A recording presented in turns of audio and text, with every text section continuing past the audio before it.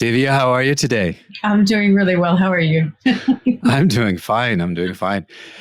So here's my plan. We're going to try to understand a little bit about you. And then we're going to try to understand something about consciousness. Mm-hmm. And after that, all bets are off. Okay. That's the plan. So the first thing I wonder is, who is Divya Chander and how on earth did you get so deep into consciousness? Because I do get a couple of things. I understand biology degree at Harvard that I can understand.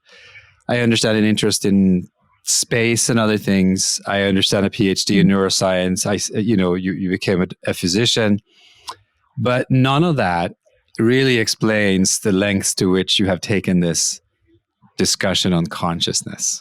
So I want you to trace us back a little bit to young Divya and what was going on. So young Divya, from very, very early age, 6 or 7 years old, had always wanted to explore the stars. And she used to look through telescopes and look up at the stars and just want to be there. But she also realized that it was even back at the earliest of ages, it felt like a very deep spiritual need, something I wanted to be connected to that was larger than myself. And sometimes when I was a child, and I know this sounds crazy, I used to sit on my bed and I used to close my eyes and try to send my consciousness out into the universe, almost as if I could try and engineer an out-of-body experience. And I never really achieved that. A few times I almost felt like I might have been leaving, and then I got so frightened, tried to call myself back. But I think the larger story behind this is that I've been thinking from a very early age about what it meant to be connected to the universe, the fact that I sort of grokked deep in my being that we were born of stardust. I was always really interested in physics and quantum mechanics. And, at some point I remember when I was a kid in the 80s, physicists were talking a lot about the theory of everything, why you couldn't unify the four major forces in physics. And I said to myself, the reason they probably can't do this and they can't tie gravitation into all of this is that this is what other people call God, and then I began to think that the 4-degree background Kelvin radiation must be the universal constant. And, so I just, I don't know, it's just where I was, where I went. And I was determined that I would find some way to more methodically study this process as I got older. So then what happened then is you combine your passions for the brain with space, and it became a passion for consciousness.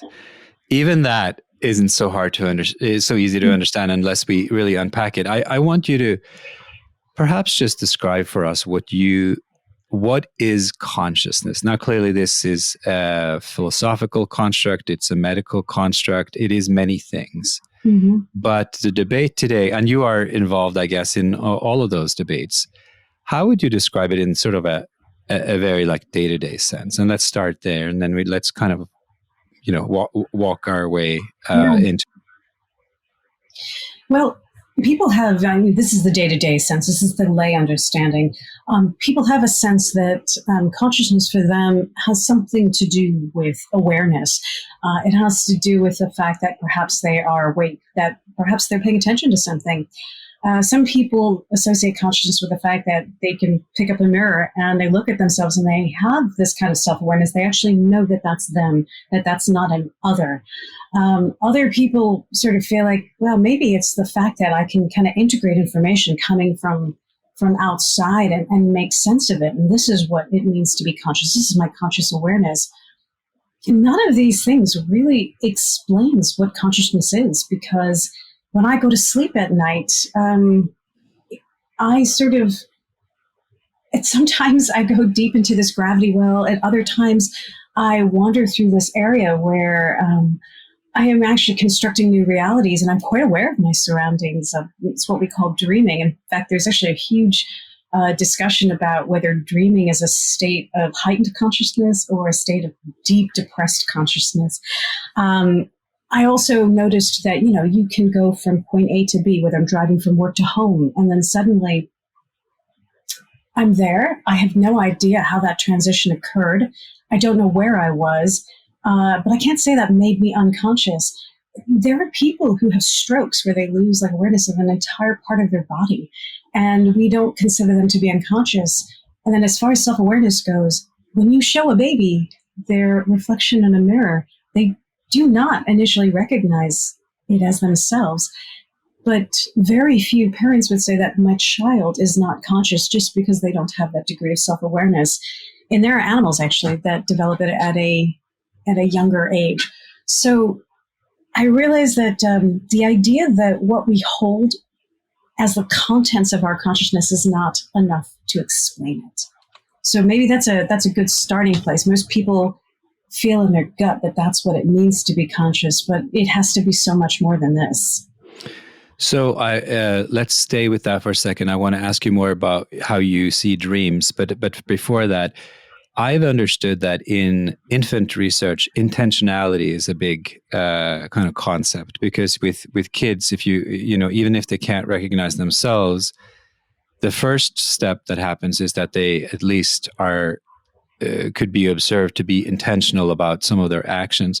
To what extent is consciousness and intention related? Because if you're saying we're aware, at least in common parlance, we're sort of saying what we're doing is intentional. And, this obviously has a legal meaning and all kinds of things, but to what degree does it matter whether you are intent to do something or not, when it comes to consciousness and awareness of something?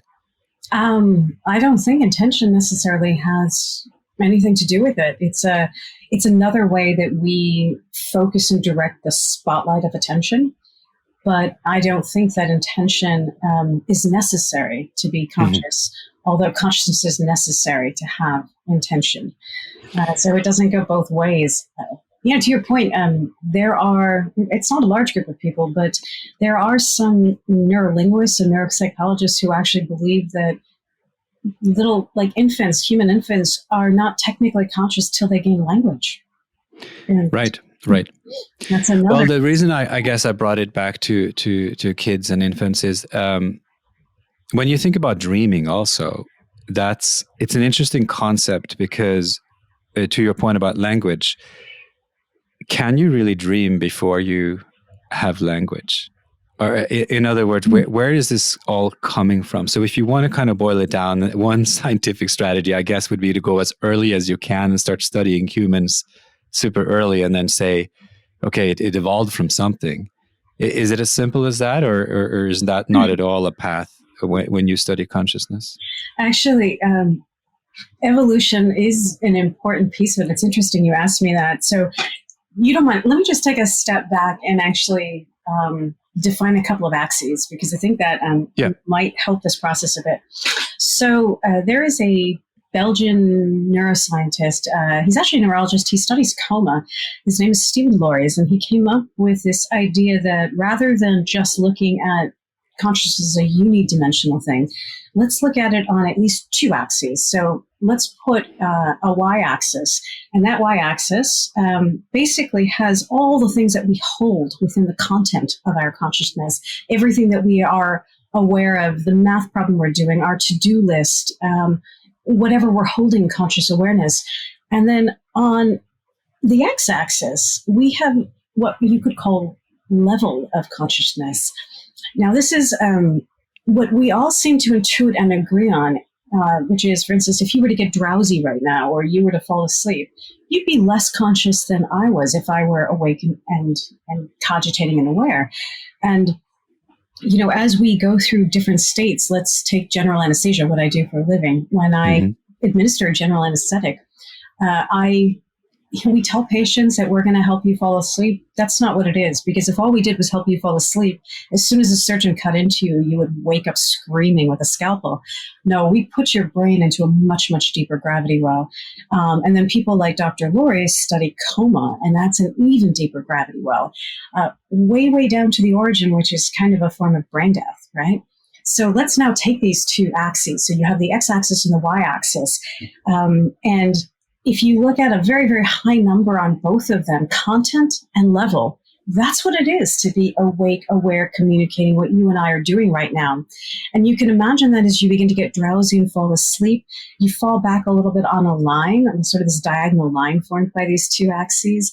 And then as I anesthetize you, you fall back a little further till you get to coma, which is pretty close to that origin point. But then there are exceptions, and this will help to amplify some of the questions you asked, like dreaming.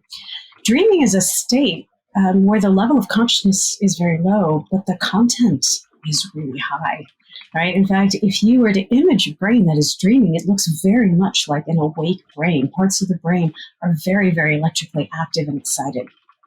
And there are also people who have normal sleep-wake cycles, but they've had trauma or injury to the brain. We say they're in a minimally conscious state, and their level of consciousness can be very high when they're awake. There's almost no content there. Right, so there are things that deviate off these axes, and I've often wondered what meditation is and where it falls on this system, and whether there's a third axis and almost like an operating system axis. That's fascinating. I wanted to understand, because I had, I guess, simplistically thought of awareness as a continuum, right, where you're like less aware to more aware, but you're saying. And in that, I was going to ask you, about heightened states of awareness, because that's also a massive thing that, the future holds, perhaps, where we can not just, put anesthesia so we can operate on people, but I certainly know that there are a lot of people who wish that they could achieve sustained heightened awareness beyond caffeine, right? So to be able to do great feats. But even caffeine, I'm assuming, which we can get to, like that is a true stimulant that really does alter many things about our experience. I mean, certainly it is fairly powerful in and of itself, and ancient, at that. So, but tell me about awareness. How does awareness work? Is it degrees, or is it, I think like you said, different directions?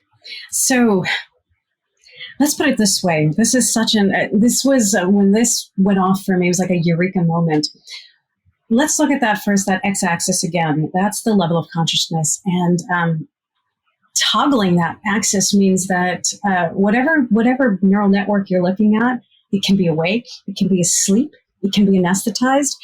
It turns out we can also, because we're going to bring in animals and plants into this now, we can anesthetize animals and with the same anesthetics that work on us. And in fact, we can not only just anesthetize mammals and vertebrates, we can anesthetize invertebrates, things like fruit flies.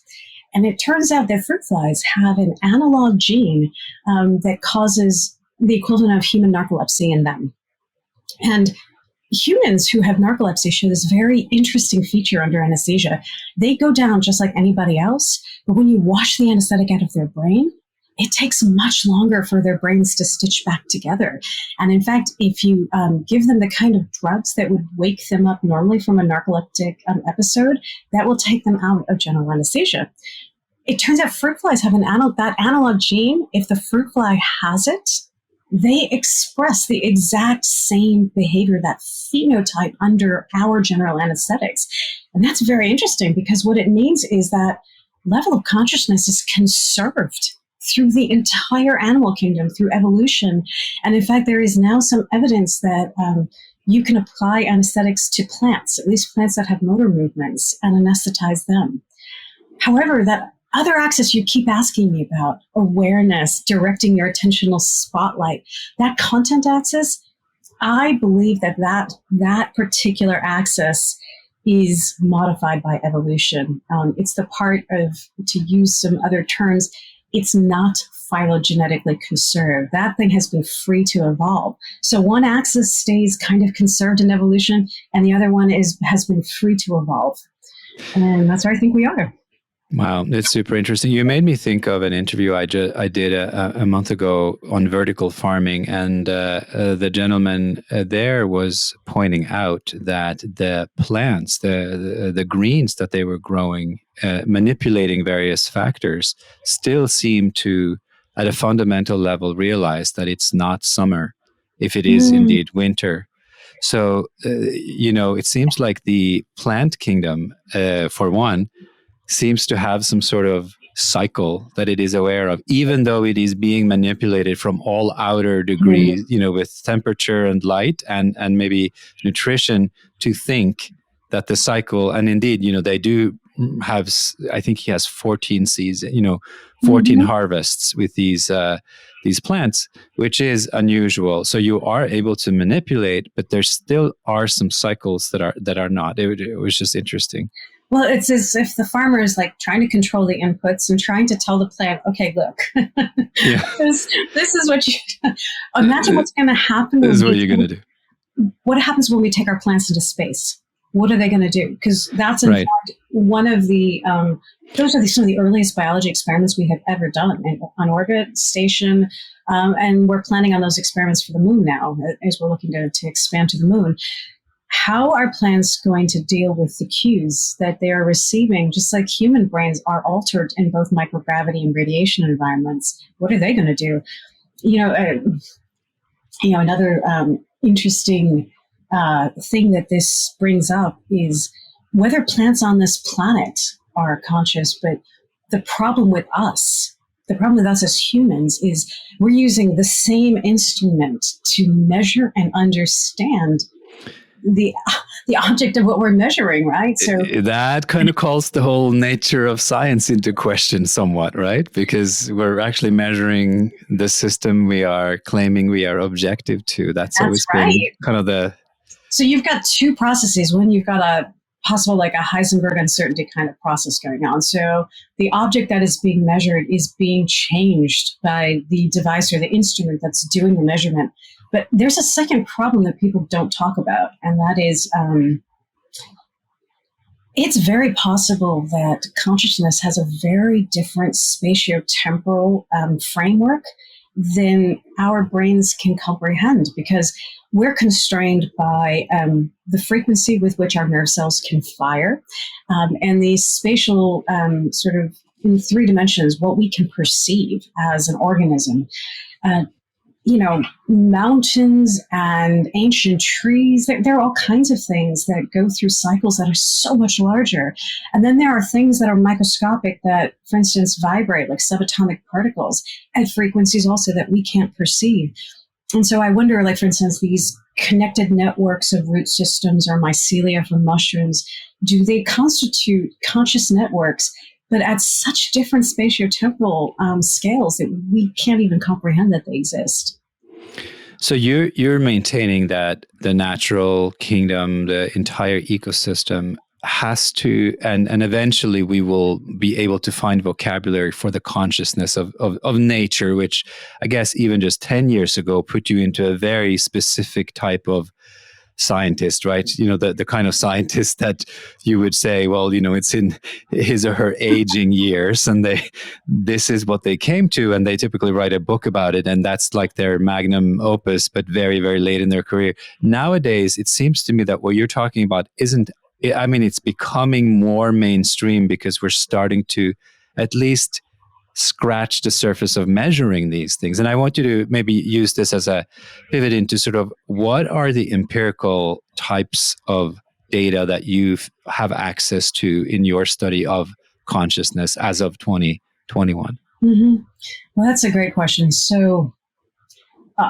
despite what I just said, I want to throw in the disclaimer that I've also wanted to be very careful as a scientist to generate hypotheses that have specific predictions that you can measure and then say the hypotheses held up or did not. And so what do we measure as scientists? Well, one of the reasons I became an anesthesiologist was basically to manipulate people's brains in this way. You can do it safely, you can do it reversibly without brain damage, and then you can study the neural networks underneath. And what I actually do, and I often will do this in an operating room, but I've also used optogenetics to do this. I measure the electrical readout activity coming from the brain, something called the electroencephalogram, while I'm manipulating these neural networks underneath. And then I see what that tells me. There are scientists that have looked at fMRI, so that is basically sort of a magnetic, it's a little bit delayed in time, but it's kind of a magnetic picture that changes with time that tells you which parts of the brain are metabolizing and which ones are silent. Others have used transcranial magnetic stimulation and looked to see where, if they stimulate the brain with a magnetic pulse, what happens to that signal. Turns out awake brains, that signal spreads. And in brains that are more depressed, that signal becomes very, very tight and limited, and it doesn't spread anywhere. And that, being able to study brains across a spectrum that are awake, that are sleeping, that are anesthetized, that are comatose, actually enables us to compare at least the x-axis, the level axis. And to ask, well, what do they have in common when we're doing these scientific measurements? And there's some really kind of cool things. Can I share them? Because they're they might be a little. So one of them is something called functional connectivity. And that sounds like a fancy word, but all it means is that you and I, people don't maybe realize this, but as we're awake and aware and communicating with one another and performing tasks, our brain is actually broken up into a bunch of discrete modules, and they can talk to one another. They can change sort of membership in different networks as the need arises. Parts of the brain are slightly synchronous. A lot of the brain is very desynchronized. What happens is, if I were to get drowsy and begin to fall asleep and you were measuring my brain waves, you'd find that my brain that connectivity began to disintegrate. And it would disintegrate more and more as I went further down that sort of diagonal line towards brain death. And in fact, it wouldn't just disintegrate. The brain becomes hypersynchronous. So weirdly, the more depressed my consciousness becomes, the more synchronous my brain becomes. And for those of the people in your audience who want to geek out on this, it's kind of related to Shannon's information theory. If you and I are holding a telephone across the line and I say something to you and you receive it with complete fidelity, there has been no transformation of information across that line. But if you receive that information and there's been a transformation that's been, maybe you're using Google Translate because we speak different languages, that means that there has actually been a transformation on the information. That is a hallmark of more conscious brains. And the less conscious our brains become, their ability to calculate information and to transform information in the brain also goes down, which is why they become more hypersynchronous. So, yeah, we lose that. Look, one of the things that I've looked forward to in this interview is to ask you about AI, because for one specific reason, the metaphor of neurons and like neural networks, and you were using the term, I think, in a different way because you were actually talking about the brain. Mm-hmm. AI these days, for the last 5 to 7 years, have been using this metaphor and maybe abusing it, I would say, a little bit, because they're making the fairly direct link between some version of brain theory about how neurons are supposed to work, and then they're saying that the systems they're making is in some way analogous to that, or that they're at least aiming for that, but they're being pretty deterministic, I feel, sometimes when they're talking about neural networks as if they were truly neural networks. I wanted you, who've been part of this debate, but also, from both inside and outside the brain talk. Mm-hmm. What do you make of this metaphor, neural network, when it is talking about zeros and ones?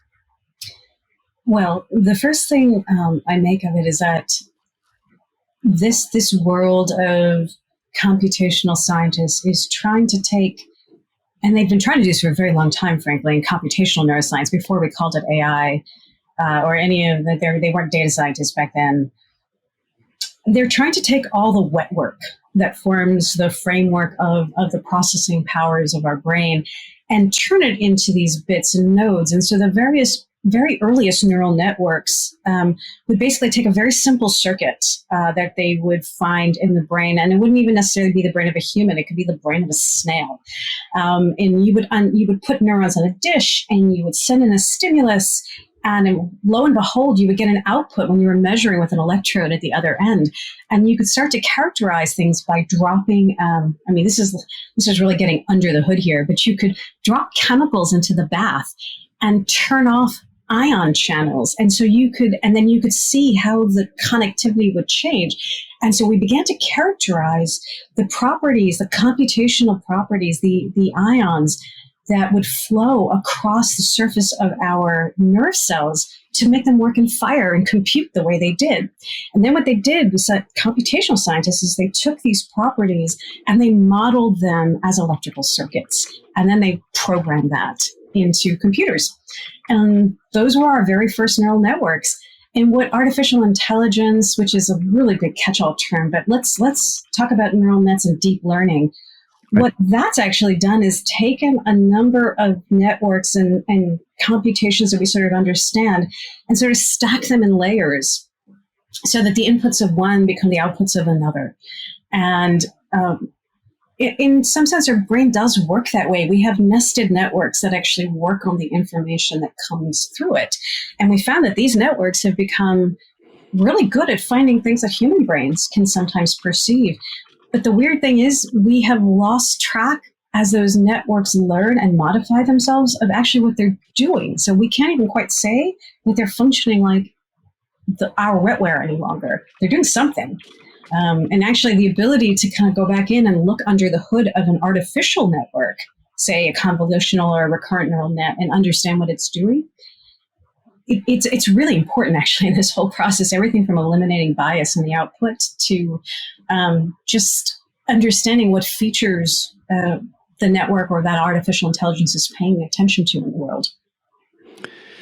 But you speak about electric circuitry. So I guess your explanation is that they are onto something. But I guess my point was simply, one, our knowledge of the brain is continuously evolving because we're learning more and more, and exponentially more, it seems to me, over the last few years. But there's so much left to learn. Mm-hmm. So I guess I'm simply saying, since there is so much left to learn, wouldn't it be wiser not to kind of like overdo that metaphor? Because we're really just, I don't know if we understand 0.1% or if it's much less, of how the brain works. It's, anybody's guess, I guess. But I wanted to take this idea of electric circuitry for another spin, because you talk about the brain, but when we started this conversation, we talked about wider things around consciousness. And one of the things that links with this is sort of like how our bodies, our entire bodies, or at least more than the brain, perceives things. Mm-hmm. So the sort of the phenomenology or perception, I've been, very inspired by these, by French thinkers, Merleau-Ponty, these guys that are really talking about how the body itself is really the perceptive organ, not just the brain.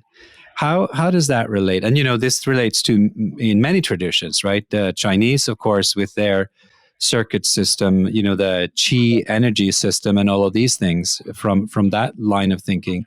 All of these generally talk about a perceptory organ that's not the brain, mm-hmm. but it is at least distributed. Maybe it emanates from the brain, but it is distributed throughout the body. What are some of your experiments telling you about that aspect?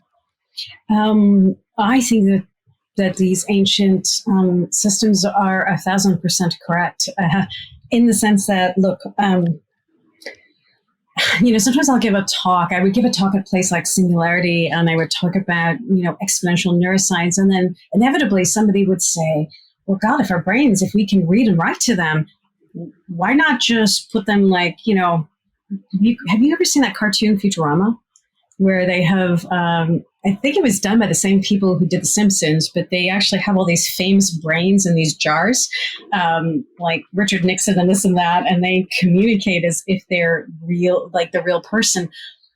This is also related to the idea, if you could map the entire, when I say neural networks now, I'm talking about the brain of an actual living being, yep. and put it either in silico or put it in some sort of hybrid silico stem cell structure, would that thing be able to function and be conscious in and of itself? The embodiment's actually a huge part of it. It's, for instance, brains that are deprived of bodies for all kinds of reasons, or the use of their body, are incredibly different. So one example would be, take a person who was, say, born without a particular sense. Maybe they were born without hearing or born without vision. their brain kind of reorganizes itself so that it can take advantage of the sense organs that are available to it. And it becomes much more sensitive in the auditory domain, for instance, if they lack vision, or pressure domain. And so it doesn't look like the brain of somebody who has vision. Further, people are augmenting themselves now. They're adding sense organs, right? Or people who have brain-machine interfaces, and these have been given to them because, for instance, maybe they're paralyzed. Their brain is completely reorganized. So if that's the case, how could embodiment not be one of the most important pieces of this puzzle? We move through, look at it as an entire unit, as an entire circuit, you know. So, okay, so there are many questions here. Embodiment, I want to talk more about that. But you mentioned the augmentation quest and the augmentation movement, which I guess is a social movement these days, more than just a scientific direction or a bunch of people in like a complete subculture. It's actually a movement. Who are they? What do they want? And what exactly are they trying to achieve? They, maybe you. And where do you stand on this augmentation? Because I'm guessing there's different things going on here. Some people really just want to be God, I mean, why not, right? Or approximate. Others are just sort of saying, look, there are some flaws here, or we want to fix people who are ill, or there are many, many perfectly legitimate ways, I want to point that out, to be part of sort of an augmentation movement. Just describe it for me. Who are these people? Yeah, great question. Okay, so by the way, there has been an official cyborg movement. There's a cyborg foundation that was set up by Neil Harbison back in 2010. He did it with his friend Moon Ribas. And so let me give you his story, because it puts your question in a beautiful context. So Neil Harbison has this form of colorblindness. It's actually quite common in men. And rather than just go through life with that sort of slightly distorted perception in his visual field, he tried to find somebody. He was in his 20s. He tried to find someone who would implant a multispectral camera in his skull. And what this camera would do is it would image the world, basically in the visible electromagnetic spectrum. And it would actually go a little bit into the ultraviolet and a little bit into the infrared as well, so slightly larger than the rainbow that we see. And it would translate this into vibration. And so as he's going around the world navigating with his normal vision, he's getting all these additional visual inputs that are being translated into auditory inputs for him. And so he starts hearing the visual world. In a sense, he's almost become like an artificial synesthete, right? Somebody who can translate one sense to another.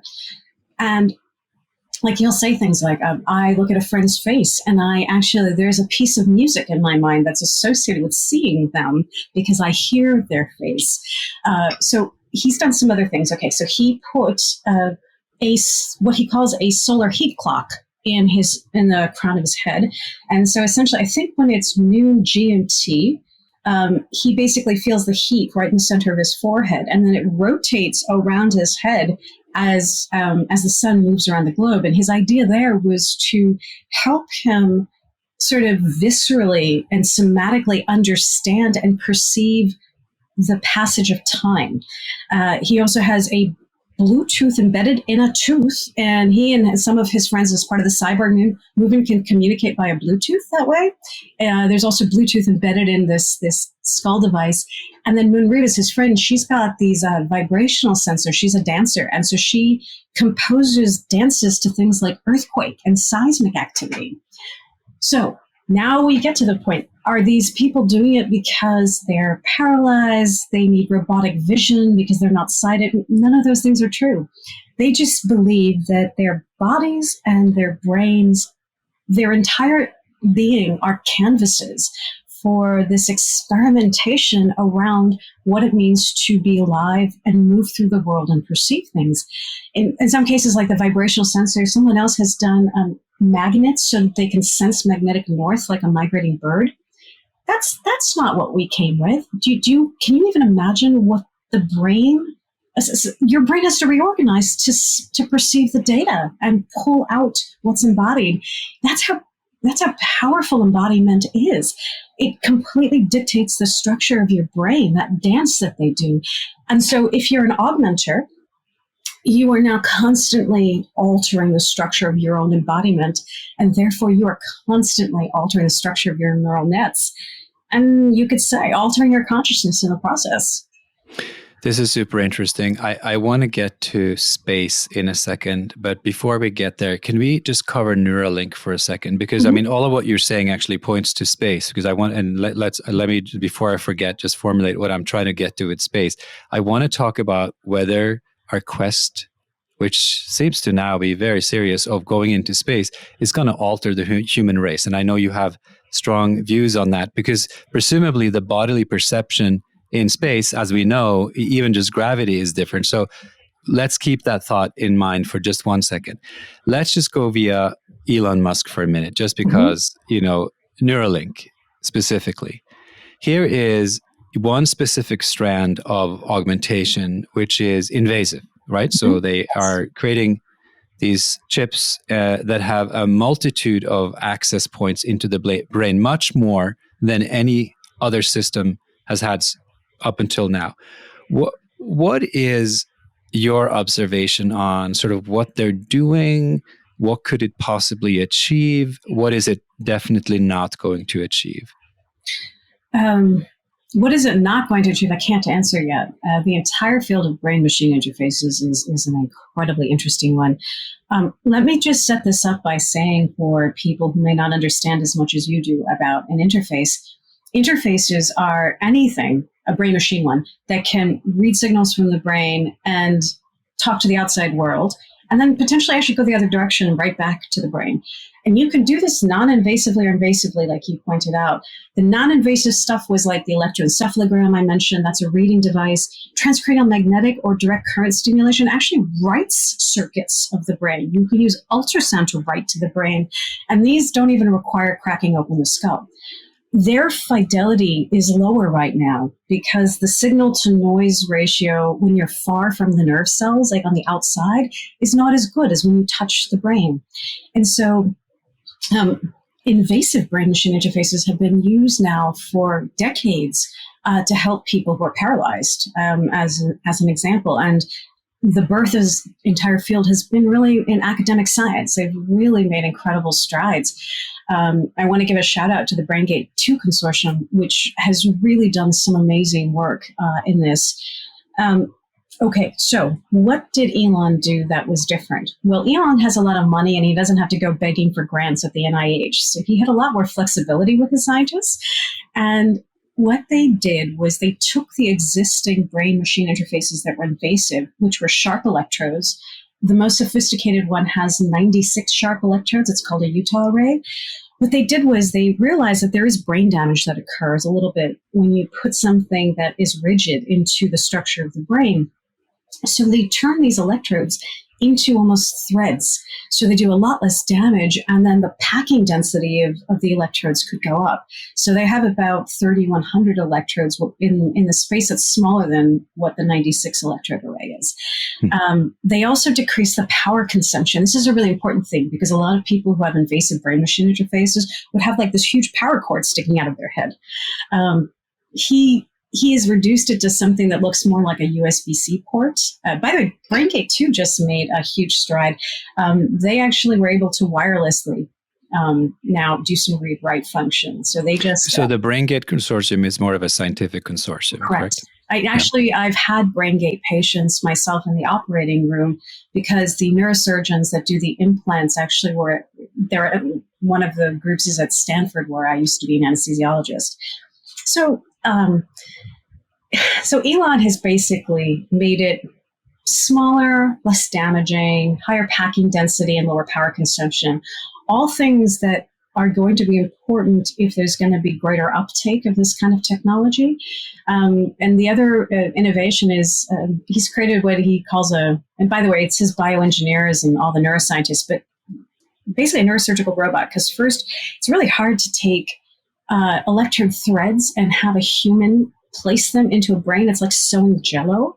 So he has productized it, essentially. He is about to productizing something that was an extremely cumbersome, expensive, and also sort of ethically an interesting territory. But for sure, scale eventually, right? That's what he wants to do. Right. It will change us, though, right? Because originally it's for people who, for instance, are paralyzed, and you put these devices in the motor cortex or in the premotor cortex. But what if you start doing what Neil Harbisson and Monribus are doing, which is to have people who just want an invasive device for augmentation? And the less and less invasive and damaging the device becomes, the more and more you might see uptake in the general population, just like with CRISPR. Well, so let's go there for a second. A couple of things before we go into sort of the very interesting futures that are coming out of this. But you mentioned CRISPR. In our pre-conversation, you talked about the implication of going from what you called more traditional Darwinian sort of genetics thinking to more the Lamarckian epigenetics thinking. Can you explain just a little bit the relevance of that? Because I know it relates to something that we've been dancing around a bit, which is this obsession around proteins. I mean, when I grew up, proteins was just something, I was told to eat. And then, like if you ate too much of it, you became a boxer or something, right? But it turns out it's actually a very interesting regulatory sort of principle. And it's just a very effective entity in the body. I guess previously misunderstood, not as bad as my misunderstanding, but really just misunderstood as, some nutrient of some sort. But it has this extremely active function, can be turned on and off and do all kinds of things. And obviously getting us out of COVID is one of them. What is this Lamarckian epigenetics approach? Is that sort of the way that the CRISPR technology has been sort of, that's within that paradigm for you? It is. Also from the sense of speed. So let's just step this back for one sec. We have a code of life, the DNA, right? And what the sole purpose of DNA is to get translated into proteins. That's how important proteins are, right? And there's this Google Translate function in between called messenger RNA. And then there's some factories called translational RNA and ribosomes that actually follow the translator so that they can actually make the proteins. But your whole book of life is geared towards making those proteins. Right. Proteins are so, your entire structural being is protein. You have proteins, you have some fats, which are like, the covering of your cells or around the nerve cells so that they can insulate them to fire. You have water and some chemicals running around, but really so much of what you are is protein. And what happens is when your DNA when that book of life, when there's a misspelling in the code, it makes a substitution to make a slightly different kind of protein. And in order to form shapes and scaffolding, proteins fold. And so you can misfold proteins, and it causes all kinds of diseases, things like sickle cell, cystic fibrosis, etc. And so what CRISPR traditionally has looked to do, if it can, is perhaps correct some of the misspellings in the main book of life. There are newer CRISPR technologies. It's basically the enzyme. They found new functions of the enzyme. Some of them can actually modify the messenger, the translator, the messenger RNA. And when you start to do that, you don't even have to change the original book. You can actually start modifying the translator and the expression of the proteins without altering the original code. That means two things. One, the code is not going to be permanently altered, so it won't be passed down to your progeny, right? So you're just altering things in real time as they're made. And so it can be transient when you do that.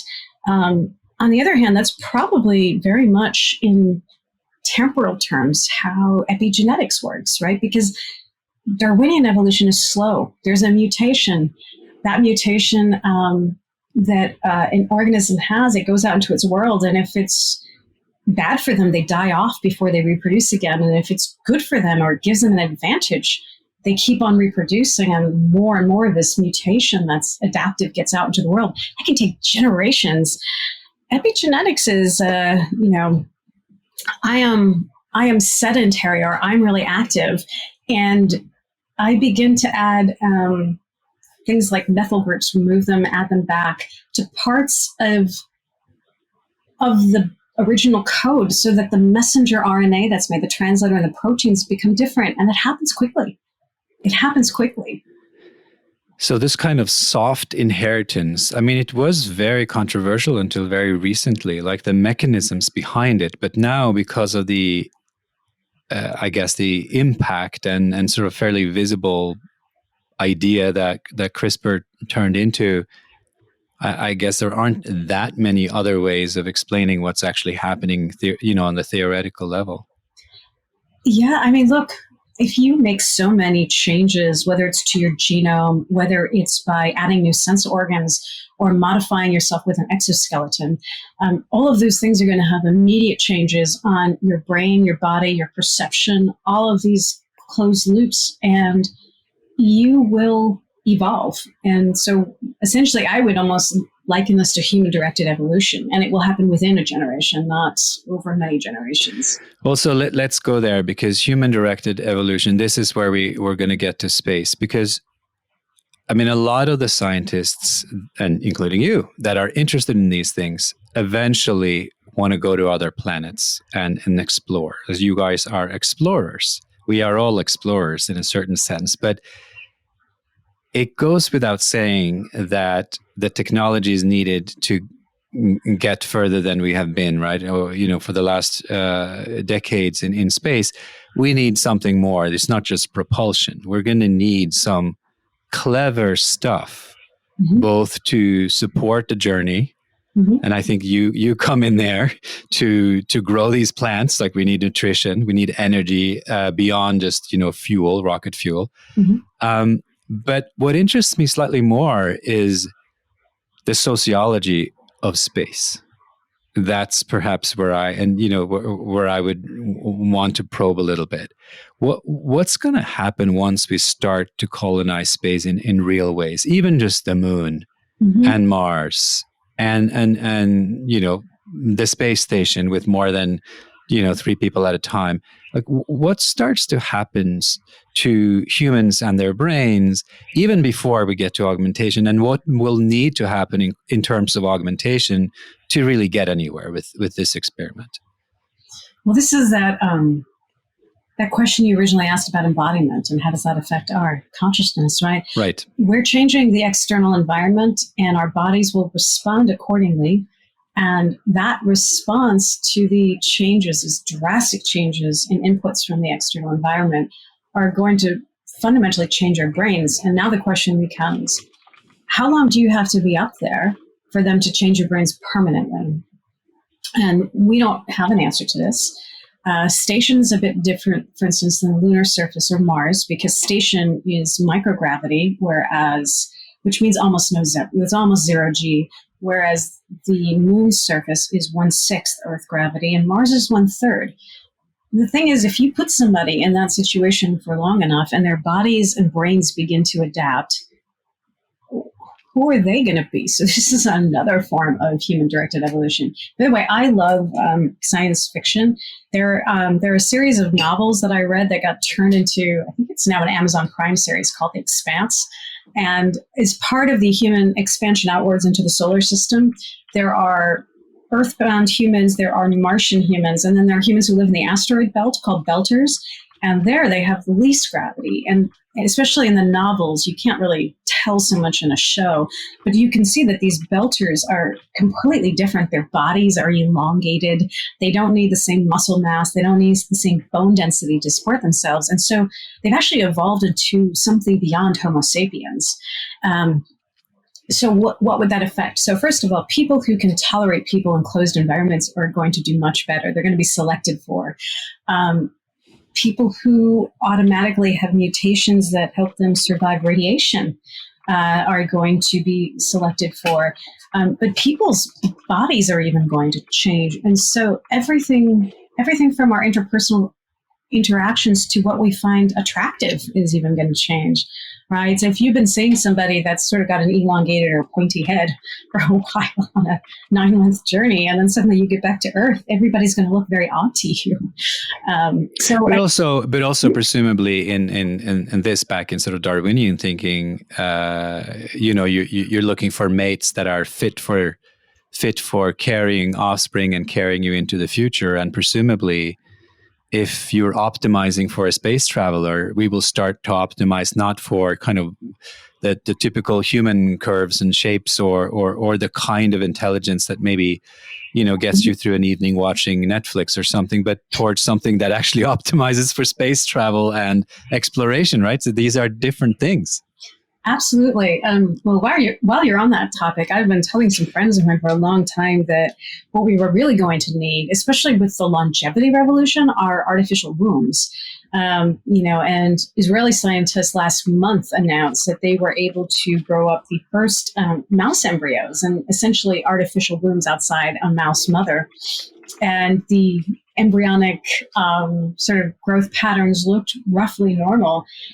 So why is that important? Well, one, I've been thinking about multi-generational ships for a long time to not just explore our solar system, but get beyond, at least get to perhaps Alpha Centauri. And if you do that, what are we going to do? Are we going to just naturally sort of create children and have children in space? I think it's more likely that we will either take our embryos with us, fertilized embryos that are frozen for the journey, and we will probably gestate them in artificial wombs. So when we're ready to have the kids, because we need them, we'll just grow them up as needed. And I think that's that's the more likely scenario, and that means that on those generations, those early generations that are space explorers, the grandparents, the parents, and the children might all be completely different species. Right. They won't share any common experience, and the kids will have never been on Earth, that kind of thing. Oh, yeah. Imagine what it's like to even look back at, let's say you're somewhere where you can actually go look back at the Earth and gaze back at the Earth. And they won't even have any feeling towards it in the way that. Well, wouldn't the theory be that by the time we really get there, our augmented reality and virtual reality is so strong that we would embed these space traveling people with the true experience of what an Earthling should feel and sense like and think like, I guess. You mean like the holodeck? Yeah, some sort of educational device. Yeah, the same thing that Arnold did when he had to train when he came back from that island in in that movie where he had been like experimented on, and he came back to society and needed to learn to be a human. I think that when we first thought about space travel, VR, AR, mixed reality was not even a thing. So the holodeck seemed really far out there. But I think you're absolutely right. The simulation is going to become a huge part of our training for space, our understanding of novel environments, the ability to do simulation. But let's also remember that AR and VR forms of, especially VR, of non-invasive neuromodulation. Remember I was saying you can non-invasively write to the brain? Well, the brain naturally, rather than being directly written to by electricity or ultrasound, the way the brain naturally learns is through its environment, through its embodiment. So if you create artificial environments for your current embodiment to interact with, you will definitely change those neural networks. So it's a very powerful form of writing to the brain. And so the more sophisticated we get at simulating new environments, the more we're going to direct human evolution in that way too. I wanted to take us down a notch because we could talk for hours about this. It's, colonization, asteroid mining. And I do want to ask you about therapeutic hypothermia and the stuff that you could contribute on this journey. But I do also want to get to the regulatory path here, because it's all wonderful to talk about sci-fi and what might happen. But one of the bigger challenges, I think, with even pretty pedestrian technologies is that we need to somehow have a true debate about what we are building and what it's leading to, and ideally what we want to create, as opposed to just what some individual or corporation or government starts to create on their own because they want to have fun or earn money or whatever motivation they have. It could be altruistic or otherwise. But so I don't know. Do you want to handle the regulation first, or do you want to go to this the fun stuff, which is how you're going to actually enable these space travelers? I think we should take just a moment to talk about regulation, and let's talk about it in the context of cryogenics. Why not? Let's just combine the two. Yep. Regulation is going to be a huge problem simply because technology is really accelerating at this exponential pace right now. Most most of the people, it's usually in governments who are dealing with things like regulation, are often of a slightly older generation, or at the very least, their backgrounds, the things that drew them to public service, did not immerse them in science and tech. That's just not where they were. I will say that it's different actually depending on which kind of government you go to. Chinese government, for instance, is made up of a huge number of scientists and technologists. Xi Jinping has been very good about recruiting his best and brightest. I would say the Chinese actually have a better sense of the implications of technology, but there's really no regulatory path there, right? They just do what the government wants. In other societies, we're only beginning to have a healthy debate. And I'll give you an example. Let's say there are about 4 major companies right now that cryogenically preserve people. So essentially, before you die, they actually have to perfuse your body with something that will almost, it's not like embalming, but actually it's almost like putting antifreeze through you so that they can preserve you so that you can be, say, woken up at a future date. So in addition to what some people think of as the ethical implications of that, just because it makes it doesn't sit well with them.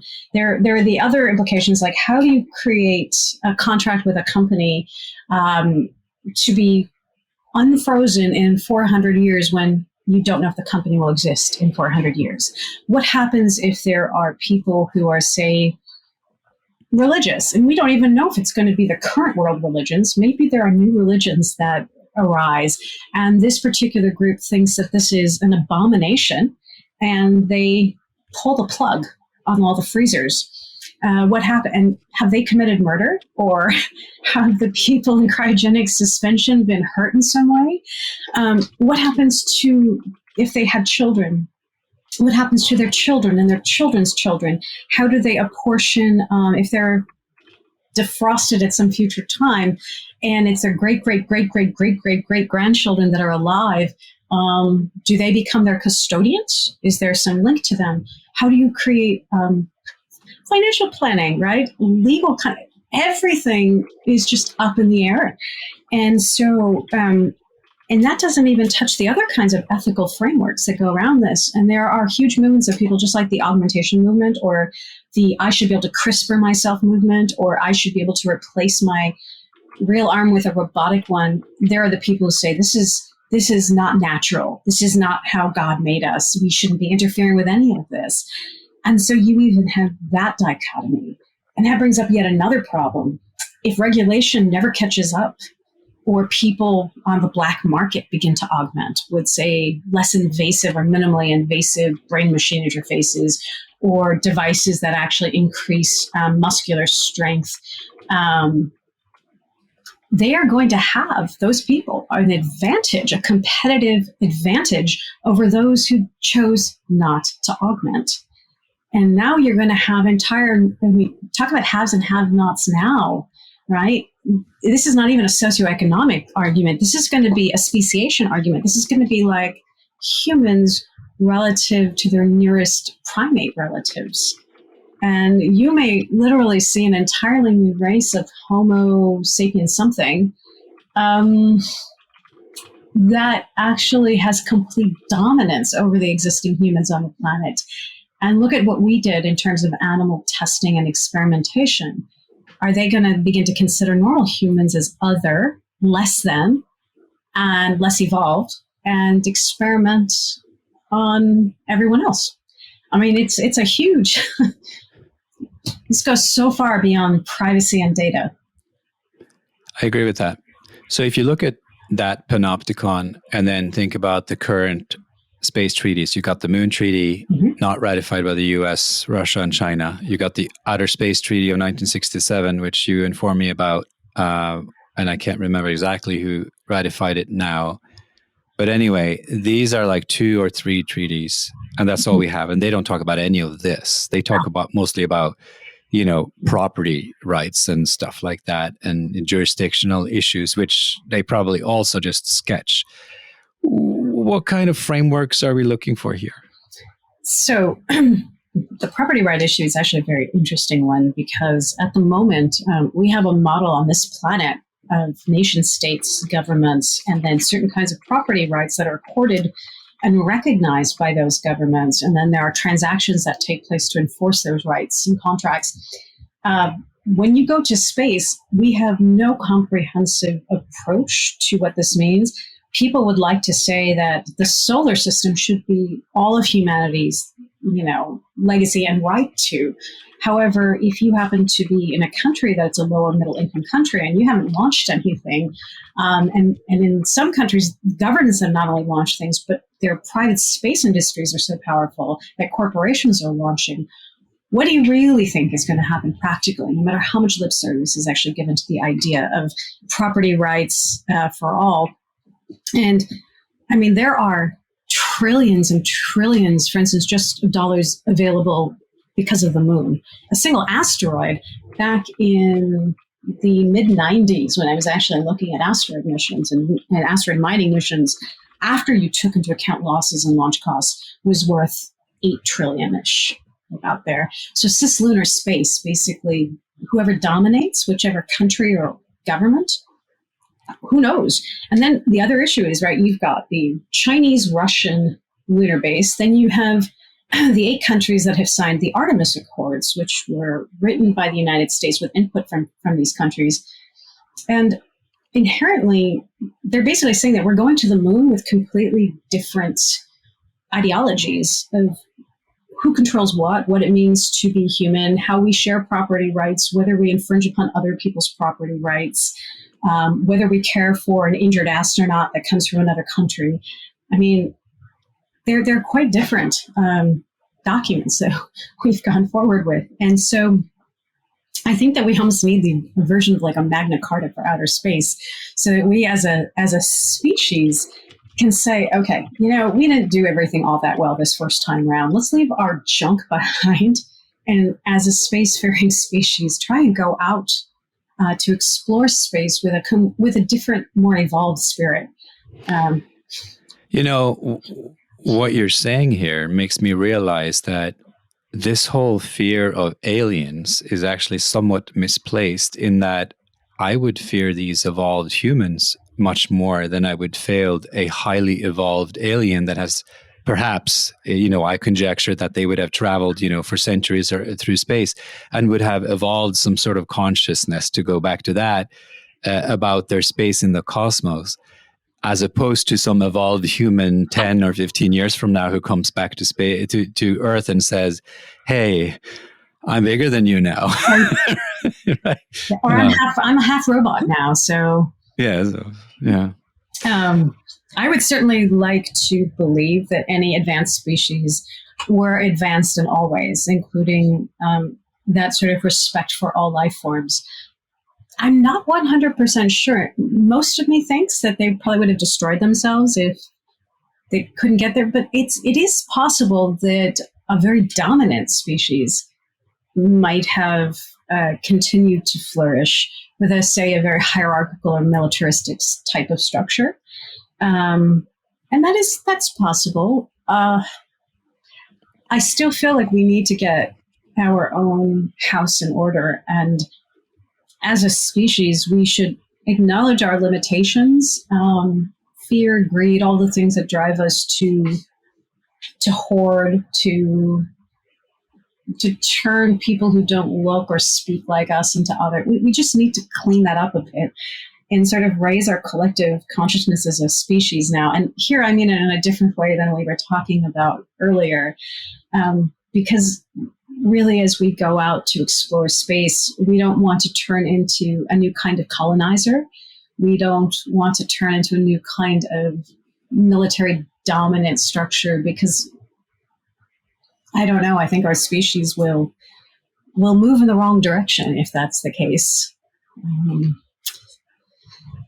Well, who knows? So where does all of this lead us? I know you have also, in fact, been involved in the SETI complexity group that are looking for life, outside of this. But leaving that aside for a moment, where does this all leave us? So, people like you are thinking about this. For me, there are so many thoughts about what you said about cleaning up our own house and getting our house in order before we actually get to all these very complicated problems. But it also strikes me, some things will happen much faster than we think, and others will indeed take longer. And we do have a little bit of time.